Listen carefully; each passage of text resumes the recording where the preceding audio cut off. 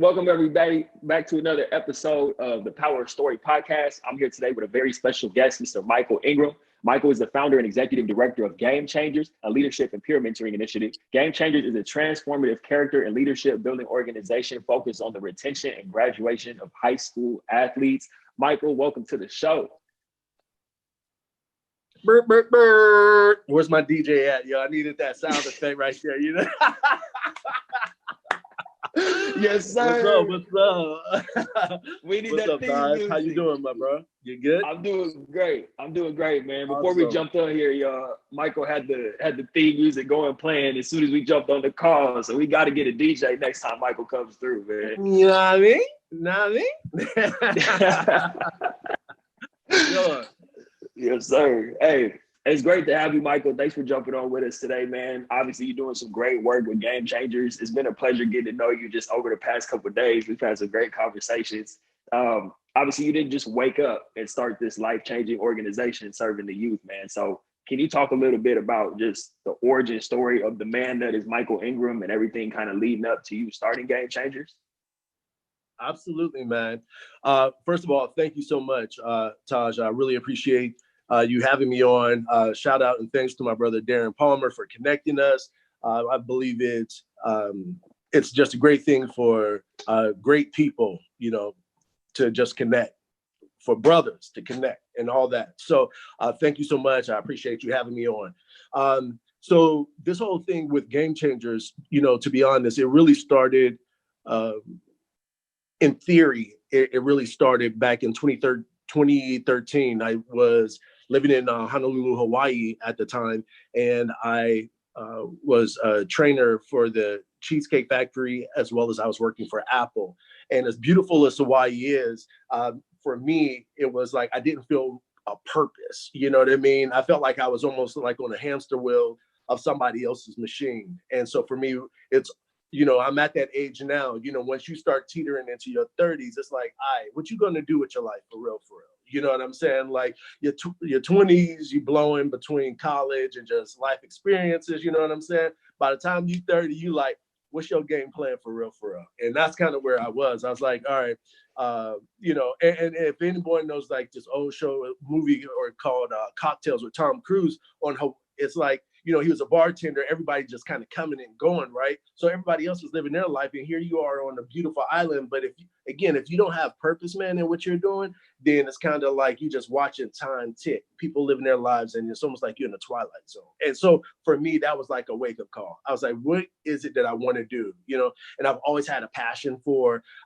you know, engaging youth in respect to making sure that they live a life a little bit better than, a lot better actually than mine, don't have to go through some of the same pitfalls or the struggles and what have you, and not to coddle them, but more so that if I could stop them from making a mistake, whether it's, you know, your credit or, you know, running up bills or all these other types of things, by giving them some words of encouragement, some advice, then those are the things that I want to make sure that I brought to the forefront, and hoping that they learn from some of my life experiences and they make better life experiences. So again, so that's kind of where I was. 2013, I went to a Starbucks and I just kind of logged in. And Game Changers, truthfully, it started out as a school. You know, I really, really, really wanted to start my own charter school. I was like, you know, this is hot, you know, in respect to having a mindset of wanting to do more, but what does this look like? But then once you start crunching the numbers and you start looking for, you know, buildings and, you know, teachers and books and curriculum and everything like that, you know, it was like my heart was in the right place, but my pockets was like, nah, bruh, we good. so I had to do a little, you know, shake up real quick. I said, well, how about this? Instead of a whole slab of ribs, let me get one bone for 15 cents. You know, so instead of a whole school, let me go ahead and run this organization for, you know, a fraction of the cost. And that's what I did, man. I was growing up in the Starbucks from time my days off or whatever, and at the time I was working like 7 days a week between those two companies, but I would go and I would just dive in and I would write up a business plan and say, what is it that you want? You know what I mean? What do you want to do? What do you want to impart, and things of that nature. And then I actually left. After I left, I went to San Diego. I went to San Diego and I lived there I lived out of a hotel for like around 5 months. You know, I was just trying. I was like, I don't want to move back to Ohio. I was like, San Diego is going to be perfect for me because I'm 5 hours in case I want to head back to Hawaii. And then I'm also 5 hours in case I want to go back to Ohio, you know, visit the fam and all that other kind of stuff. And I could not get interview or anything to save my life. I was like, you know, I was feeling a little defeated, to be completely honest. You know what I mean? Like at this time, I was just trying to like, I didn't want to stay in the Cheesecake Factory. I wanted to kind of get my own groove, or at least switch to a different company, you know, something different, just shake it up a little bit while I was building up Game Changers. And I couldn't get into the hotels and stuff like that. And I used to work for Walt Disney World. So usually when you work for Disney, there's a certain caliber that we bring from our learnings from hospitality, you know, so that's at least going to get you in the door. And then from there, you know, it's like, you know, it's my time to shine. You know what I mean? Once I get you in face to face, you know, all you're going to be like is like, well, so how many weeks of vacation you want? Because I'm bringing it home. You dig? That's right. But, you know, and so I stayed up in the hotel, went from like Marriott to Marriott for like five months straight. And then I had just kind of like, I went out to the Bahamas, actually, and one of my best friends, he lives in the Bahamas, and I stayed out there for about a good month just to kind of recalibrate my life and say, all right, if this door's not opening for you, where do you plan on going? And so then I decided to, you know, head back to Ohio. And this way I didn't have the pressures of, you know, paying hotel nights for 5 months and all this other kind of stuff. You know what I mean? I had to start, my money started like, yo, we good for now, but I'm letting you know, I'm gonna need you to get some financial planning intact, you know. And so I honestly never thought I was gonna be back in Ohio no time soon. Just because my town specifically is like real industrial, real like steel mills, straight up blue collar. And for me, I saw what my parents and my family went through with that, you know, and it teaches you the grit and the grind and stuff like that. But I just wanted to do something a little bit different. And because I had already lived in like another 6 or 7 states prior to then, you know, part of me, honestly, as a man, felt like it was a failure to return back to my hometown. You know, I was like, you know, I don't, you know, for the people's outside perspective, like, well, yo, what was the sense of him leaving if all he is he right back where he started from type of deal, you know? So those are the types of voices that play in your head that you got to kind of silence so that you look at the bigger picture and say, you know what, at the end of the day, it's not about me. Humble yourself, do what you have to do, even if you're utilizing your hometown as a launching pad to kind of do something more, you know, and have an impact into some kids' lives. And at the end of the day, I started Game Changers because I wish that I would have had someone in my life like I hopefully am in somebody else's life, you know. So that's kind of it. You know what I mean? I guess I am the athletic connection coach. You dig what I'm saying? Transition coach. Ain't that what you call yourself? Yes, sir. Yes, sir. I read your bio too. I'm just saying. That's right. You did your research, man. Yeah, bro. Man, and thank you for sharing all that, Michael, because I think that sometimes people think you could just wake up and, you know, you have this idea, you want to do something, and a lot of people think it just happens overnight or in the blink of an eye. And you just shared the challenges, the struggles, living out of hotels, not being able to get jobs. I think some people call that, you know, the hero's journey, like leaving home, being called to go do something, going out, taking your bumps and bruises, and then returning back home and still being able to continue to stay on your path and build. And I think that's huge that you share that so people can get a glimpse behind it. Like, what is it that when you're going through all this, when you're traveling from state to state, crashing with friends, living out of hotels, what is it that kept you saying, like, because you could have gone back. You could have just been like, hey, I'll go back. Hawaii's not that bad. I'll go back to Cheesecake Factory. What is it that kept you pushing, like kept you digging through all that time, through ups and downs? Right. Honestly, it's purpose, man. Like it's almost like you already know as an athlete, like how far you can push yourself, right? You already know, like, if you really giving it 100 when you benching, you dig what I'm saying? Or if you kind of slacking. Same thing with. All right, I had some quick technical difficulties on my end, but we're back, folks. Michael, you were saying that what kept you going through all that time is kind of the same way an athlete has to dig deep and tap into that internal grit and see how far we can push ourselves, right? Absolutely. like I said, you know, as an athlete, you already know what your max is. You know what I mean? You know inside if you got another rep to give, if you've got, you know, a little bit faster, you can run that 40 or whatever it is. And for me, I felt that like in my life, you know what I'm saying? I was like, yo, you have some more that you can be, that you can give that you're not giving. You know what I mean? And truthfully, so I even wrote that in my prayer book last night, or this morning, because I didn't go to bed till around 5. But I had put that in there. I said, you know, Lord, I'm content. I said, if you don't do anything more for me, if you don't give me another quote unquote, you know, blessing, and you know, that's, you know, big or something like that, I'm happy with where I am. You know what I mean?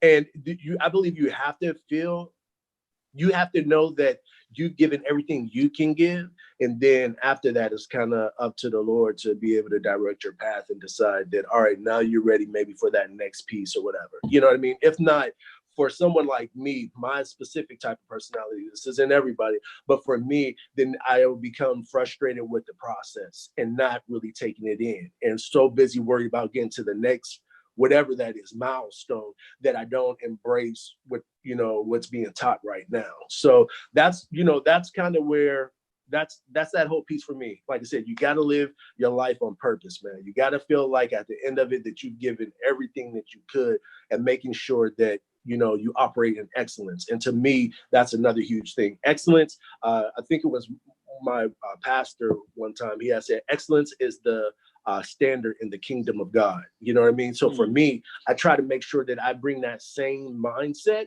to, you know, anything and everything that I do. Even when I worked at Disney, it's all about excellence. Like at the end of the night, when people are gone and stuff like that, they have a whole team of people that are coming through there, and they're cutting every wilted dead flower, any piece of gum that maybe someone may have put on the ground. They're pulling all that up because it's about excellence. It's their brand, you know what I mean? And for me, my own personal brand, I want to make sure that it reflects excellence, as well as Game Changers, it reflects excellence. So. Wow. That's a key takeaway right there, because I know a lot of people who listen to the show are entrepreneurs or aspiring entrepreneurs. And sometimes, of course, you have to do what you have to do in order to make ends meet while you're building on the side. But what I think is special about what you just shared is that you were able to kind of not look at it as, oh, I'm here just getting a check, but what am I, like, being aware of your surroundings, right? Like you said, looking at the attention to detail, how everything had to be excellent, and you carrying that over into your personal life and to what you do with business and what you're doing with Game Changers. I think that's a key takeaway, because some people get so caught up. I've been guilty of it before too. Some people get so caught up in, oh man, I'm doing this job, I have to do this so I can get a check, versus like asking yourself, what can I learn here? And I think that that is something that you definitely have set a great example for, you know.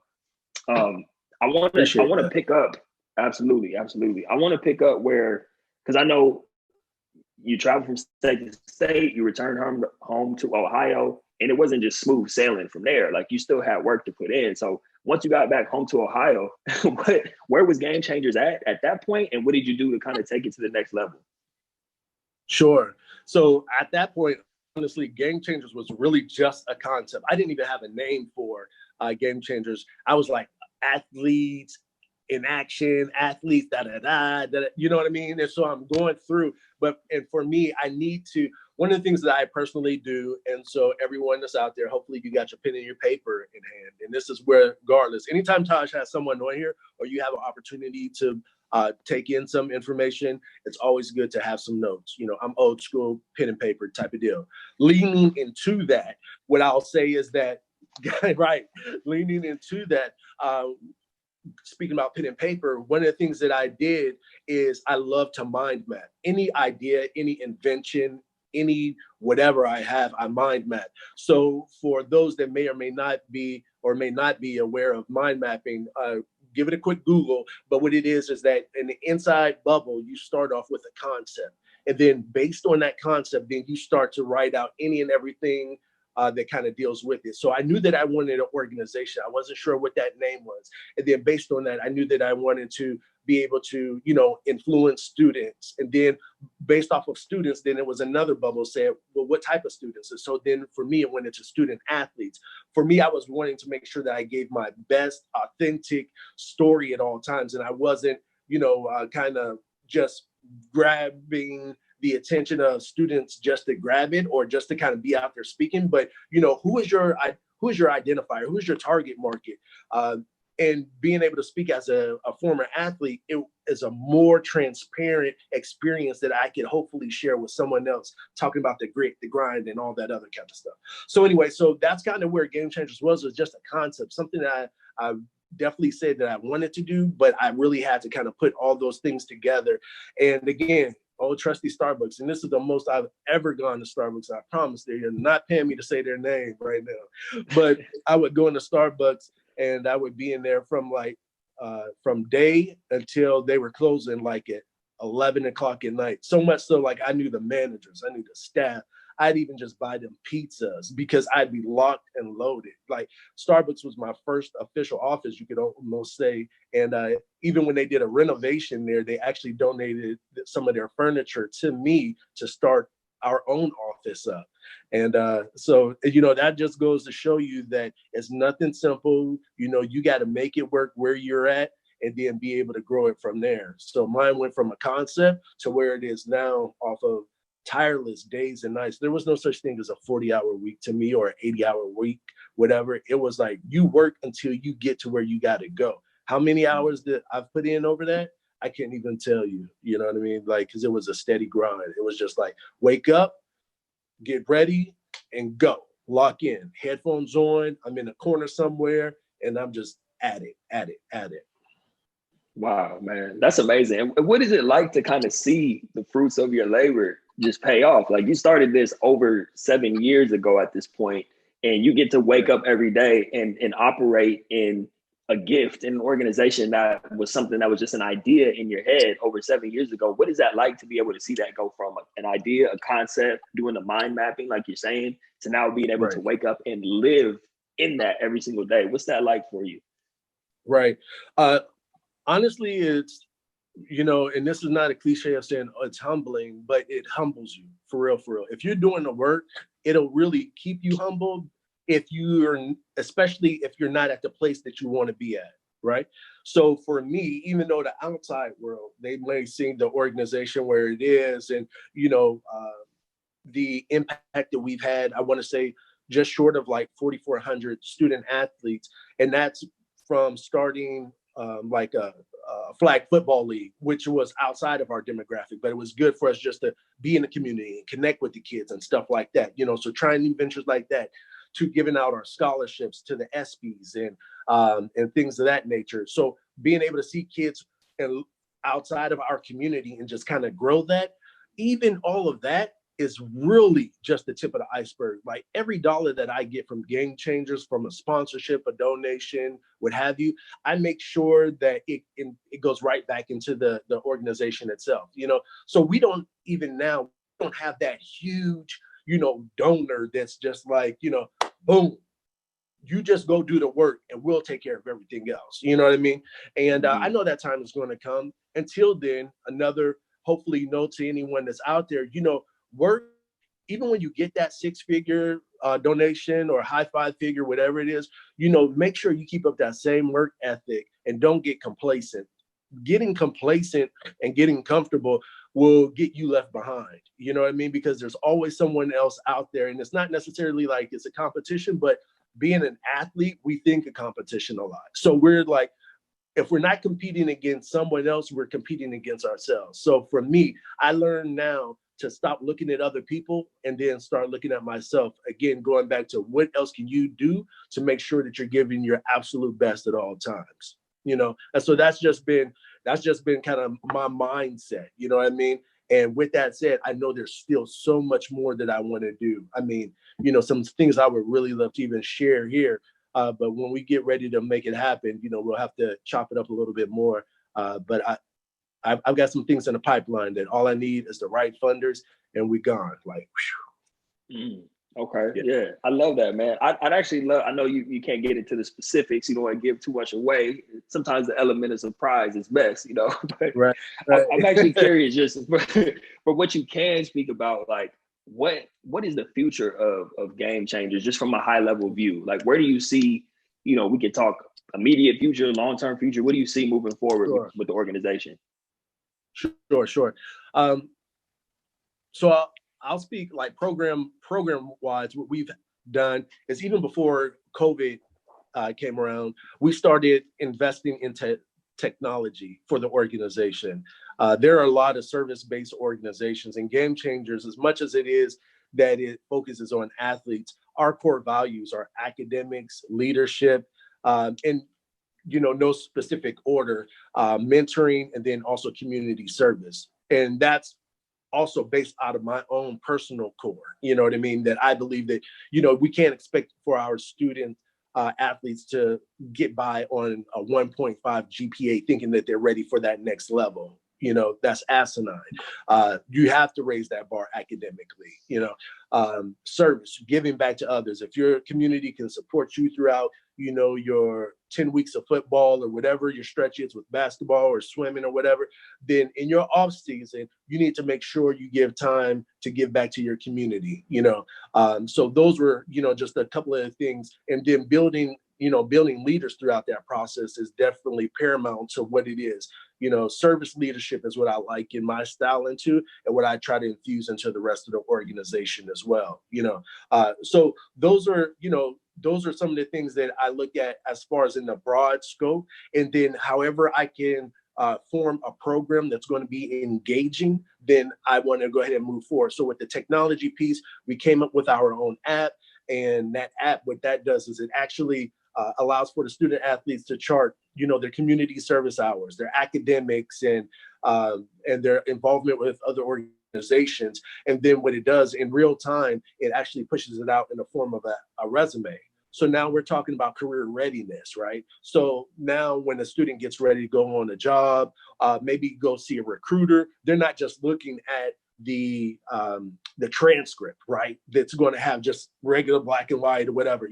If you're going just as hard when it comes to platforms like Huddle or Max Preps or whatever, making sure that your film is together, you need to make sure that also everything else about you as a student athlete is just that much polished. And that was my own feeling. You know what I mean? Like, you've got to come out with your A game, not just in your sports, but who are you? Because, you figure some of these universities like Bethune-Cookman, shout out to my alma mater, you know what I mean? Or that's right.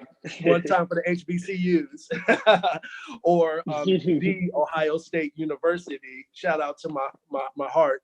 But they don't want a knucklehead that's on their campus and someone that they got to worry about. They want to make sure that every time you suit up or that you go out into the community or you run to the store and you put on the brand of the college, the university, that it's not you making dumb decisions, as a student athlete. So I say all that to say, if you can show that, okay, you gave back when you were in high school, you're community oriented, then they're more likely to think that those types of character values you're going to bring with you. And then what you're going to do is really raise up the brand, and not be a detractor of it, type of deal. So yeah, technology, man, that's probably been one of the biggest things that we've been getting into, and we've launched. We're on the App Store as well as Google Play Store as well. So looking forward to really just expanding that brand. Also then allowing for Game Changers. Right now we're in a couple schools as well, so that we should incubate that whole process. A lot of times students, you have your football players or your teammates or whatever, your swim teammates or whatever. But if we could bring all of that together, and at the collegiate level, you see that like in organizations like SAC or so on and so forth. What I wanted to do is have that same type of camaraderie at a high school level. You know what I mean? Just like you got NHS that's accountable for, your grades and for your community service, or you got Beta Club or Future Business Leaders of America and things like that. Well, what if we had one that focuses on athletes in their core and building them up, and they hold each other accountable? That's what Game Changers is meant to do, and be in schools across the country, across the world. That's awesome, Michael. I mean, I'm sitting here, I'm just blown away, man. You was on fire right now. I'm like, oh my goodness, I can't even. Hold on, man. What is the name of the app? That's anything. I knew you were gonna hit the high notes. You already know, man. There it is. You got to go for it. Yeah, it was off, but my heart was right. You know what I'm saying? You got to ride with that. Hey, man. Hey, it sounded good to me, man. It sounded like you was in key. I You need you to know, put a little auto tune on that. Do a little T-Pain auto tune on that for me. You dig what I'm saying? we got you, man. We'll get with the team, have them juice it up for you a little Yeah, bit, yeah, man. yeah. But what is the name with the app? I don't want people to miss it. It's called Game Oh, Changer. Is sure. that the name of it? GC 360. GC Oh, 360. stop it. Yeah. GC 360. All right, everybody, Yes. please go check that out. That's amazing, man. No pun intended, but that app sounds like a real game changer. Like You already know. that's You next already level, know. man. Yeah. So I'll put this little last tidbit in respect to that. Like some of the feature, you'll be able to see the features, what's included in the app. Like I said, it has a timeline for every time a student does their community service, they're able to take a picture. So if you imagine like an Instagram wall of nothing but students out in the community doing it and posting it, that's what you're going to see there. It is closed circuit, almost like closed circuit TV, being that someone from the outside, you're not going to be able to see all the features that come along with it because we make sure that we protect the kids, So what you have to do is that if you're really serious or an administrator that's really serious about community service for their athletes or just for their student population altogether, because the app is open to all students, as long as you're in the ninth grade or higher, it's open to all students, have them contact our office because we would love to be able to give that opportunity to you and have that one-on-one dialogue. But you won't be able to access everything in it just because we make sure that we protect the kids. Just FYI. Got you. Right. Okay. And what's the best way for them to contact the office? They can hit us up on email admin@wearegc.org. Or go to the website. It's probably going to be your best bet because it'll give you more information about that, as well as like the scholarships or the opportunity to go to the ESPYs, our leadership summits that we do throughout the U.S. Actually, this year was going to be a huge year. COVID, part of me wants to punch it in his throat. I'm not even gonna lie. But our leadership summits are great. That's our way where we pull in high school athletes throughout the county. We bring them all together on the university campus, and then it's like panel after panel after panel. I have panels of businessmen and women who used to be athletes, and maybe they're entrepreneurs or they run, some successful businesses or what have you. And I have them come and them speak about, this is what I learned when I was in high school. This type of trait, this type of character value still holds true. Being on time, being respectable, being disciplined, and things of that nature. So I have them come and speak to it as a professional in the business world. Then I also have the college athletes for them to come because that's almost like a big brother, big sister vibe. You know what I mean? And so they come and they share and say, you know what? Maybe my senior year, I wish I would have went a little bit harder. Or maybe my freshman year when they started tabulating grades that I wish I would have took it maybe a little bit more serious or what have you. Or I'm glad I got involved with other organizations outside of sports because it made me more well-rounded. And now I'm able to adjust. And now I'm a part of X, Y, and Z at my university. So those are the conversations that the college athletes have. And then I have professional athletes come and they speak, some current, some former, from the NFL and so on and so forth. This year, because of COVID, it actually was a blessing in disguise because of the different people we had to come and speak, through virtual, Zoom, that may have had challenges before, because of schedule. So we had someone who used to play for MLB, and we had someone that plays for the WNBA, and someone for the NFL, someone that runs for USA Track as abroad, so it was a great way to get a whole bunch of talent and have them share their hearts and their journeys with the students. So we do that once a year at Youngstown State University. But then also this year we were going to partner with Pro Football Hall of Fame during Enshrinement Week. And then we are also going to be down at Bethune-Cookman at my alma mater. So, it's a little bit of a hiccup in respect, but we still have those relationships and we still plan on going full forward, into next year with those. So, yeah. Okay. Yeah, that's awesome, Michael. I had a couple more questions, but just before Sure. I forget to ask, I don't want nobody mad at me because I didn't give a chance for you to talk about all your social media. I know you talked about the website. I know you talked about the app, GC360. But before we finish up, talk to me about all the other places people can get in touch with you on social media and all that good stuff. Sure. At GC, the new athlete. At GC for Game Changers, the new athlete. that's going to be the best way to catch us on Instagram. Twitter, we're going to turn that over probably to some of our students, just because, you know, them Twitter fingers, that's a whole nother, you got to have the fingers for that. You know, but on Instagram, you'll see a lot of our work. You'll see a lot of the programming and everything like that. It'll give you a nice almost album of where we have been over the past few years to see. Even like today's post was our player of the week. So we just started that back up, and that's supported or sponsored by Chipotle. And what we do is we recognize student athletes throughout the United States who are, again, not just, you know, fierce when it comes to their sport, but they really go at it when it comes to their academics. So I believe today her name is Dara, and she has about a 4.1 GPA in Indianapolis, Indiana, and National Honor Society, as well as vice president of student council, gives back, you know, blood drives and all those other types of things. So it's one thing for us as adults to be able to say, hey, you know what, you need to go and you need to. It's another thing when they can see someone who's a rock star, because she's like also, she's a volleyball player, and she has like 1,000+ kills, 1,000+ digs. If you're in volleyball, you kind of know what that terminology is. 3-time, you know, county, 3-time All-American, whatever. So what I do is I try to make sure, just the same way that you're bringing these stories to people through this platform, we highlight those stories outside of just sports to the student athletes that are out there. So hopefully they can up their game and be game changers also.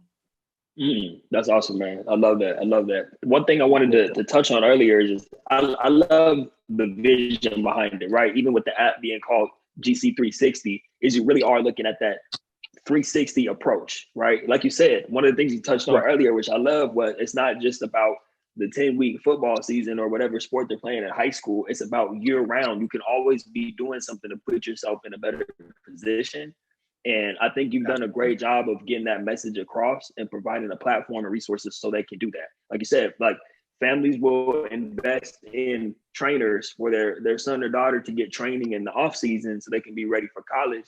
But what about the training on, you know, professional, personal development? What about that type of stuff? Financial literacy, all that stuff, man, which is, you know, arguably more important than the physical side, especially if the physical side is already, you know, they already have it. They're already working on it. We can't leave all the other stuff out. What you're doing is developing well-rounded young men and women to be able to flourish in life, not just in whatever sport they play for the next X amount of years. So much respect to what you're doing, Michael.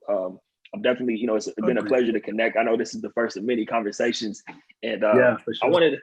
Last thing I wanted to ask you, you know, I know we're many, many years away from this, from, you know, you leaving this earth, but when it's all said and done, when you're gone, you know, hey, you got a long time, man.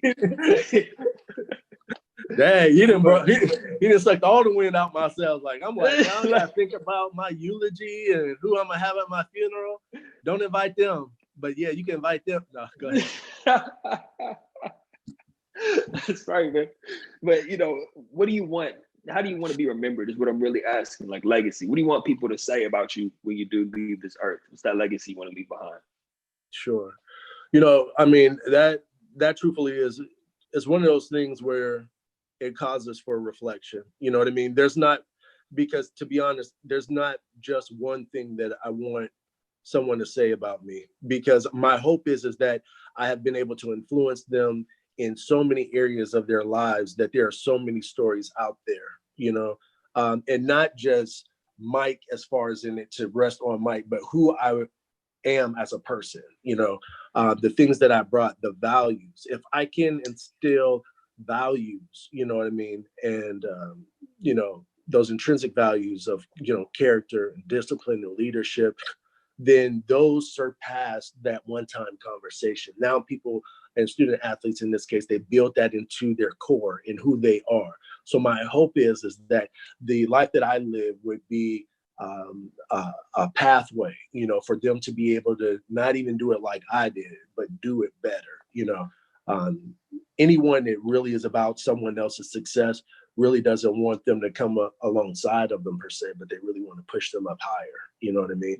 Because there are some there's some people that they can reach, you know what I mean? And hopefully they'll be able to influence, and it'll just continue to go from hand to hand. And eventually we'll all be better people. We'll be a better community. They'll be better at schools, better school cultures, rather than just packing out the stands for, you know, the game or the regional playoffs or whatever that is. But if we could have that type of support behind students, whether they're student athletes or not, but behind students, our young people, that next generation, I believe that it sets them up for so much more success. Because to your point, they're already being coached, you know, by their high school coach. They probably may or may not have a trainer in their off season. You know, and as a parent, you're probably doing a very good job at home. But the truth of the matter is that even with those things, there are still opportunities for someone to grow, and to better themselves and to raise that bar of excellence. So my hope is that we start to really double down and we really start to invest into our student athletes so that they can be the leaders instead of just putting on a jersey and looked at as a leader on the field or on the court. But when they put on that, they can feel a sense of accomplishment, responsibility, accountability to their peers. That's huge, Mike. I think, well, you've already obviously done a great job of doing that. And I know this is only the beginning for you in terms of the grand scheme of things of what you're actually building long term. So, you know, props to you. Thank you for coming on and sharing your story. I know people got a ton out of this. Some of you listening might want to run this back because there was so many. I got a page full of notes over here. You might want to run it back and get your notepad ready, like Mike said, if you didn't do so already, just to hear everything he's sharing with you about the story, about everything that was involved in getting to this point, and the real engine that drives this man to be able to do the things that he's doing with the mission that he's on. So, Michael, thank you again for coming on, man. Everyone, please tune in, tap into Michael's, you know, the app, GC360, tap into the website. All Michael's information will be in the show notes. This has been another episode of the Power and Story podcast with Michael Engram. Until next time,